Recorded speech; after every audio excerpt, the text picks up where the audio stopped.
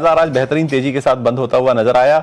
1% के आसपास चढ़कर 200 अंकों की तेजी के साथ निफ्टी क्लोज होता हुआ नजर आया। सेंसेक्स में अगर आप देखेंगे तो 800 अंकों की तेजी, निफ्टी बैंक में आप देखिए तो 1.5% से ज्यादा चढ़ा है। 900 साढ़े 900 अंकों की तेजी के साथ निफ्टी बैंक क्लोज होता हुआ नजर आया। आज के बाजार की तेजी आई कहां से, किन सेक्टर से आई? आज आईटी रहा जबरदस्त, एकदम शानदार तेजी आईटी के अंदर 2% से ज्यादा चढ़ा। रियल्टी शेयरों के अंदर 2.25% की तेजी, और इस तेजी में तड़का लगाया बैंकिंग और फाइनेंशियल शेयरों ने। निफ्टी बैंक 1.5% ऊपर, निफ्टी फाइनेंस भी करीब करीब 1.5% ऊपर आज आपको कारोबार करता हुआ नजर आया। उसके अलावा ऑयल एंड गैस में भी अच्छी तेजी देखने को मिली। तो ओवरऑल बाजार में अच्छी खासी तेजी के साथ क्लोजिंग हुई है। कमजोर क्या रहा वो भी देख लीजिए। डिफेंस शेयर लगातार रैली के बाद यहां थोड़ी सी मुनाफा वसूली देखने को मिली है। एनर्जी शेयरों में थोड़ी मुनाफा वसूली देखने को मिली है, और ऑटो शेयरों में थोड़ी सी कमजोरी देखने को मिली है। तो निफ्टी ऑटो थोड़ा सा कमजोर आपको नजर आएगा। ओवरऑल ये है बाजार का हाल। अब एक काम करते हैं, हमारे दोनों मेहमानों से करते हैं बातचीत। हमारे साथ दो मेहमान जुड़ रहे हैं। तेजस शाह जुड़ रहे हैं जेएम फाइनेंशियल सर्विसेज से, और स्नेहा पोद्दार जुड़ रही हैं एमओएफएसएल से, Motilal Oswal financial services limited से। आप दोनों का बहुत स्वागत है ईटी नाउ स्वदेश पर, और बहुत शुक्रिया आपने समय निकाला है। तेजस, सबसे पहले मैं आपके पास आना चाहता हूं। एक तो ये कि आज की जो तेजी है उसके बाद आप कल के लिए क्या क्यूज लेकर जा रहे हैं, क्या एक्सपेक्ट किया जाए, कौन से लेवल्स अहम होंगे? गुड आफ्टरनून विकास जी और सभी दर्शकों और पैनलिस्ट को मेरा नमस्कार। निफ्टी की हम बात करें तो निफ्टी में अगर देखेंगे तो ओवरऑल ट्रेंड एक स्ट्रॉन्ग अप ट्रेंड में ही चल रहा है, बट पिछले 6-7 दिनों से एक सीमित दायरे में ट्रेड कर रहा है। 23,800 का सपोर्ट है और 24 से 200 का रेजिस्टेंस है। तो ये 400 पॉइंट के बैंड में निफ्टी कंसोलिडेट कर रहा है। ओवरऑल स्ट्रक्चर पॉजिटिव है जब तक 23,800 के ऊपर ट्रेड कर रहा है। इमीडिएट बेसिस पे साइकोलॉजिकल सपोर्ट 24,000 का है। तो जब तक ये दोनों सपोर्ट लेवल इंटैक्ट है, there is a strong possibility कि निफ्टी इसका जो 24,200 का जो रेजिस्टेंस है वो सरपास कर लेगा आने वाले दिनों में। और एक बार डिसिसिवली अगर 24,200 का लेवल सरपास होता है तो आने वाले दिनों में हम 24,500 से लेके 24,600 तक के भी लेवल निफ्टी में आते हुए देख सकते हैं। बैंक निफ्टी की बात करें तो बैंक निफ्टी का स्ट्रक्चर काफी स्ट्रांग है। आज एक अच्छा खासा बुलिश एंगल्फिंग कैंडलस्टिक पैटर्न भी फॉर्म हुआ है ऑन अ डेली चार्ट, जो दर्शा रहा है कि bank Nifty going forward will out perform. तो कोई भी डिप आती है तो खरीदारी की जा सकती है। 57,000 का एक पोजिशनल स्टॉप लॉस रखना पड़ेगा, और किसी का 1-2 वीक का नजरिया है तो मुझे लग रहा है बैंक निफ्टी में हम 60,000 तक के भी लेवल देख सकते हैं आने वाले दिनों में। चलिए ठीक है, तो ये व्यू आपको निफ्टी बैंक के ऊपर और निफ्टी के ऊपर मिल गया है तेजस जी की तरफ से। एक व्यू आईटी सेक्टर पर इनफैक्ट आज लेना बनता है, क्योंकि आईटी सेक्टर में आज देखिए आज बेहतरीन तेजी देखने को मिली। निफ्टी आईटी आज 2% से ज्यादा चढ़ा। स्नेहा जी से समझेंगे कि आईटी पर उनका नजरिया क्या है। स्नेहा जी देखिए, आईटी का समझ नहीं आ रहा कुछ, 1-2 दिन चलता है, फिर 1-2 दिन प्रॉफिट बुकिंग देखने को मिलती है, अचानक से ऐसा गिरता है, लगता है जैसे सब कुछ खत्म होने वाला है। अब ग्लोबल मार्केट्स में भी देखिए टेक्स शेयरों में तमाम जो सेमीकंडक्टर वाले शेयर हैं, चिप वाले शेयर हैं, उनमें तगड़ी सेल ऑफ देखने को मिली। आज फिर से वापस रिकवरी देखने को मिल गई, और उसी ट्रेंड पे हम भी चल पड़े हैं। तो अब करना क्या है? अगर कोई आईटी का इन्वेस्टर है ऑलरेडी, जिसके स्टॉक्स ऑलरेडी काफी पिट चुके हैं, उसे क्या करना है? क्या वो पेशेंस अब भी बनाए रखे? और जो लोग एंट्री चाहते हैं आईटी के अंदर, क्योंकि अब कई स्टॉक्स हैं वो 52 वीक लो पर हैं, तो उनमें क्या करना चाहिए उनको? क्या वहां अब एंट्री करने का लेवल उनके लिए आ चुका है क्या? Good afternoon. सो बेसिकली देखिए, आईटी सेक्टर में वॉल्टिलिटी डेफिनेटली बनी रहेगी नेक्स्ट एटलीस्ट 1 ईयर के लिए। जो डिमांड एनवायरनमेंट है वो नो डाउट काफ़ी सॉफ्ट है। सॉफ्ट इसलिए भी है बिकॉज जो डिस्क्रिशनरी स्पेंडिंग थी कंपनीज की उधर, वहाँ से जो आईटी रिक्वायरमेंट्स आ रही थी, सो बेसिकली जो एंटरप्राइज लेड जो आईटी रिक्वायरमेंट्स थी वो वहाँ पे सॉफ्टनेस है। एआई लेड जो प्रोजेक्ट्स हैं वहाँ उन्हें ज़्यादा अहमियत दी जा रही है। तो बेसिकली एआई डिस्ट्रप्शन डेफिनेटली है, जिसके कारण आईटी स्टॉक्स पिटे हुए हैं। अब यहाँ की जो इंडियन जो आईटी कंपनीज हैं उन्हें अपने ओवरऑल पूरे बिजनेस मॉडल को रिवैम्प करना पड़ेगा to be AI ready business model.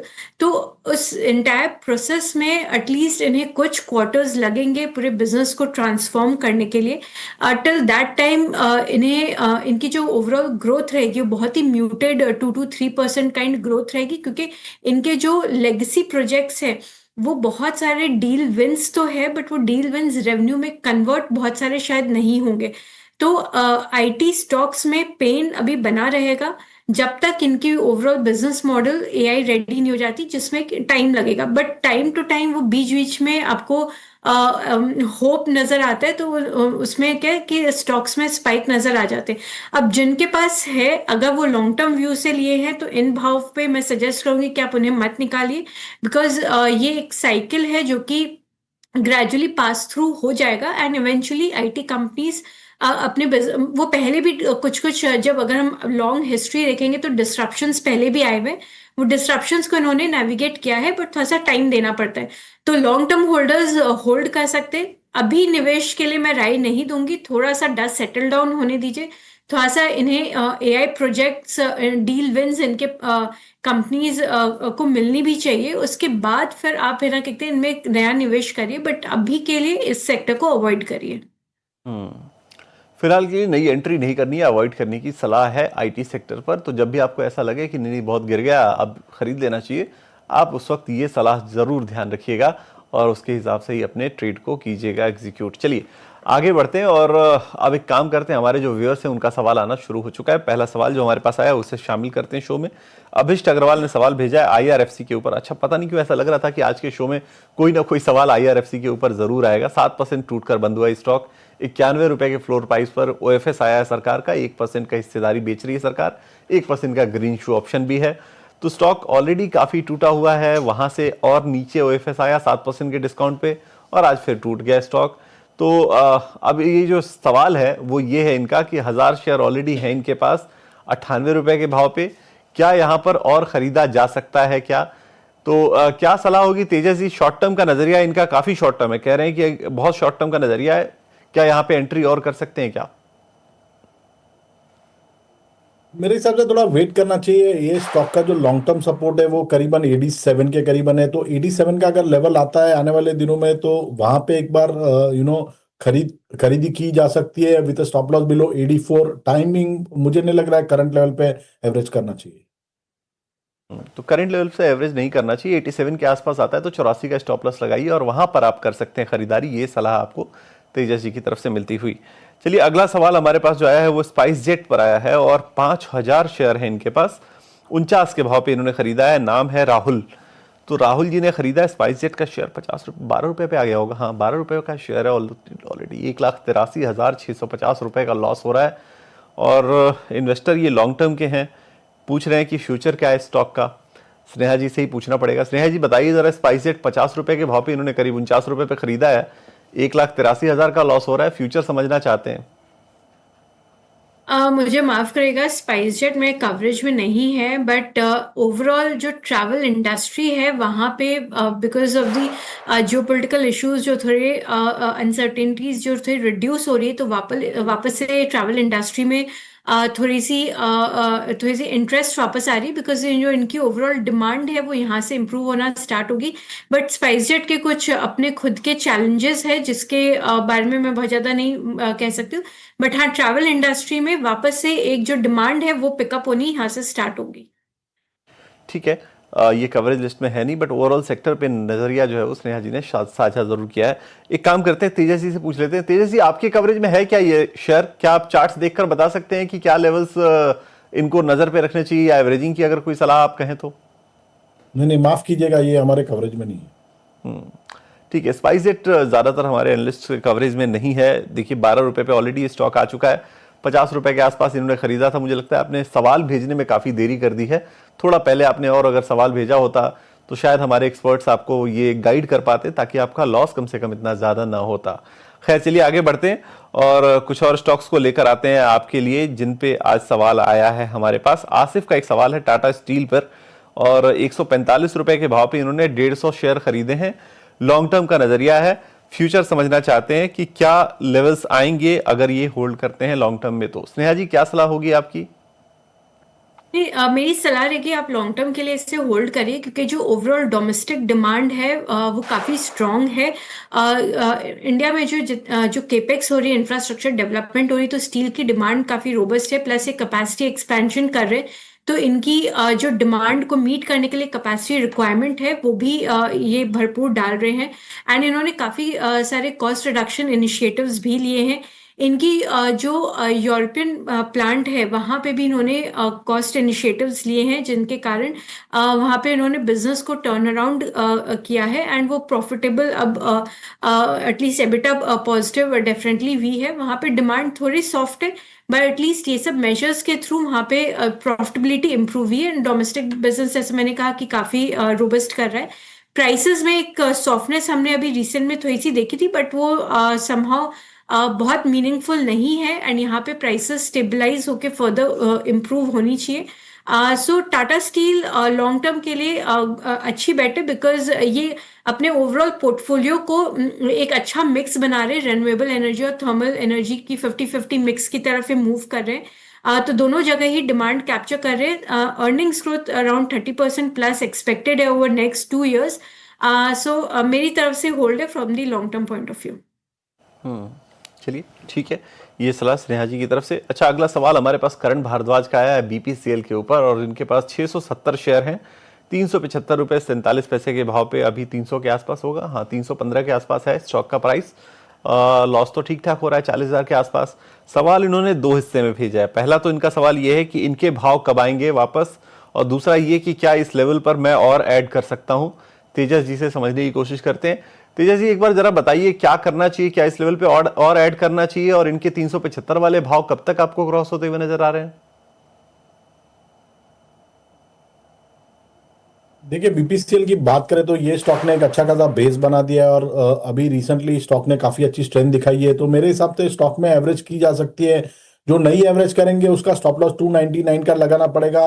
Immediate base पे स्टॉक का रेजिस्टेंस 322 से लेके 325 का है। अगर ये लेवल सरपास होता है तो स्टॉक 345 से लेके 350 तक जा सकता है। वहां पे वापस एक बार फिर से रिव्यू लेना पड़ेगा। तो डेफिनेटली एवरेज की कर सकते हैं विद स्टॉप लॉस बिलो 299। ठीक है, तो 299 का स्टॉप लॉस लगाइए और वहां पर आप एवरेज कर सकते हैं 315 के भाव पर। 340-45 के आसपास जब जाए तो एक बार फिर से आप ये सवाल अपना भेजिए और रिव्यू करा लीजिए एक बार। उस वक्त जो चार्ट्स पैटर्न पे होंगे उसके हिसाब से हम आपको सलाह पहुंचवा देंगे हमारे एक्सपर्ट के जरिए। अगला सवाल कृष्णा का आया है मैक्स हेल्थ के ऊपर। 250 शेयर है इनके पास और 1 से 3 साल का इनका नजरिया है। 1050 के भाव पर इन्होंने खरीदा है। 1050 पे खरीदा, 1082 पे चल रहा है और 1 से 3 साल का नजरिया है। स्नेहा जी, क्या व्यू आपका होगा, क्योंकि ये बहुत लॉन्ग टर्म की बात कर रहे हैं, 1 से 3 साल की बात कर रहे हैं, होल्ड करना चाहिए, कोई परेशानी तो नहीं है? डेफिनेटली होल्ड करना चाहिए। बेसिकली अगर आप देखेंगे तो जो नॉर्दर्न मार्केट्स है वहाँ पे डिमांड सप्लाई मिसमैच है। वहाँ पे सप्लाई उतनी नहीं है जितनी वहाँ पे डिमांड है। स्पेशली जो एनसीआर रीजन है वहाँ पे इंडस्ट्रियल ग्रोथ काफ़ी फास्ट हो रही है, सो वहाँ पे डिमांड सप्लाई को भी ओवरशूट कर रही है। एंड प्लस जो आपके जो इन्फ्लक्स ऑफ टूरिस्ट जो रहेंगे, जो हेल्थ टूरिज्म के हिसाब से जो आते हैं, तो वहाँ से भी डिमांड रोबस्ट रहेगी। सो मैक्स हेल्थ का एक अच्छा प्रेजेंस है नॉर्दर्न मार्केट्स में, एंड ये अपने कैपेसिटी को एक्सपैंड कर रहे हैं थ्रू ब्राउनफील्ड एक्सपेंशंस।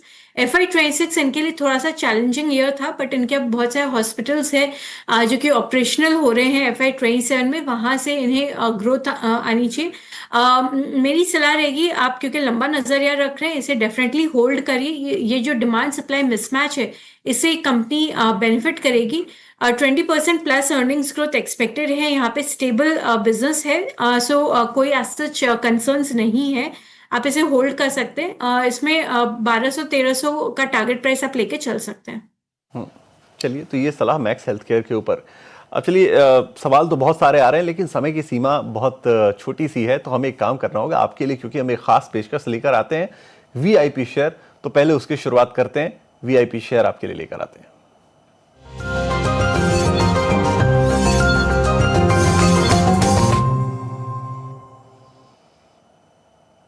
VIP यानी वैल्यू इन्वेस्टमेंट पिक, ऐसी कंपनियां, ऐसे शेयर्स जहां पर वैल्यू छिपी हुई है और हमारे एक्सपर्ट्स उसको टेक्निकल चार्ट्स पर हो या फिर फंडामेंटल रिसर्च के जरिए हो, वो खोज कर लाते हैं स्टॉक्स को और आपके लिए सामने रखते हैं। सबसे पहले तेजस जी के पास चलते हैं। तेजस जी, कौन से शेयर्स आज आप चुनकर ले आए हैं VIP शेयर के तौर पर हमारे व्यूअर्स के लिए? तो आज की मेरी पहली पिक है PNB housing finance limited. Stock ने एक रेंज ब्रेकआउट दिया है और एक डाउनवर्ड स्लोपिंग ट्रेंड लाइन का भी ब्रेकआउट हुआ है। 10-20 डे की मूविंग एवरेज क्रॉसओवर भी हुई ऑन अ डेली चार्ट, जो एक पॉजिटिव संकेत दे रहा है।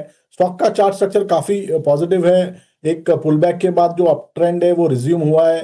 तो पीएनबी हाउसिंग फाइनेंस में खरीदी की जा सकती है करंट प्राइस और may be on a dip. इसमें आपको स्टॉप लॉस लगाना है 995 का। इसका पहला लक्ष्य रहेगा 1105 का और दूसरा लक्ष्य रहेगा 1155 का। और दूसरा जो शेयर मैंने चुना है वो है आईएफसीआई लिमिटेड। आईएफसीआई की बात करें तो ये स्टॉक ने रिसेंटली एक स्विंग हाई बनाया था अराउंड 95 और लगातार ये स्टॉक उसके बाद एक पुल बैक मोड में चल रहा है। 38.2% रिट्रेसमेंट लेवल के करीबन स्टॉक ट्रेड कर रहा है और 220 दिन की मूविंग एवरेज का भी सपोर्ट लिया है स्टॉक ने। रिस्क रिवॉर्ड के लिहाज से काफी अट्रैक्टिव लग रहा है stock at the current juncture. तो आईएफसीआई में भी करंट भाव पे डिप में खरीदारी की जा सकती है। इसमें आपको स्टॉप लॉस लगाना है 75 का। इसका पहला लक्ष्य रहेगा 85 का और दूसरा लक्ष्य रहेगा 90 का। चलिए ठीक है, ये राय दो शेयरों के ऊपर। आईएफसीआई पहले 85 और 90 के टारगेट, 75 का स्टॉप लॉस, और पीएनबी हाउसिंग 1105 1155 के टारगेट, 995 का स्टॉप लॉस आपको रखना है। स्नेहा जी, आपकी तरफ से कौन से शेयर्स हैं वीआईपी शेयर के तौर पर? मेरी तरफ से सबसे पहली पिक रहेगी श्रीराम फाइनेंस। तो जियोपॉलिटिकल अनसर्टेनिटी रिड्यूस होने के कारण जो इंटरेस्ट रेट हाइक की जो फियर्स थी वो सबसाइड हो गई है। सो एनबीएफसीज के लिए ये एक पॉजिटिव है।